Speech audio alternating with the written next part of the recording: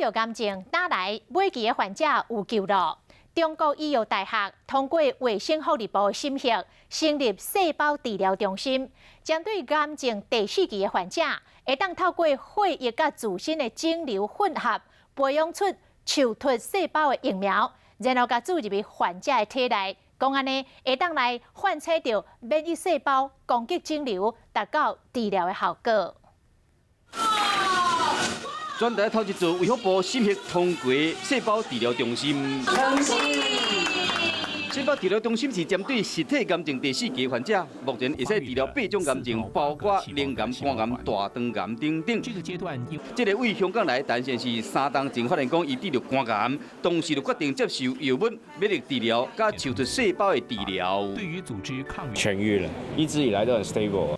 自体免疫树突细胞的治疗是为患者的身体内面抽出血，分离出树突细胞，割出1公分大小的肿瘤，然后培养出树突细胞疫苗，再注入患者的体内。树突细胞疫苗会使提升树突细胞认肿瘤的能力。树突细胞是要启动我们在治疗肿瘤的淋巴球 T 淋巴球，所以它这个增生之后，就会有更多的 T 淋巴球会出来。那T 淋巴球就是警察部队，就直接的攻击部队。那这样的话就会杀死这些坏蛋，就是杀这些肿瘤。所以他很清楚知道哪些人是坏蛋。树突细胞免疫疗法需要自费，效果嘛不是100%，效果好歹嘛要看患者本身的免疫力的强度。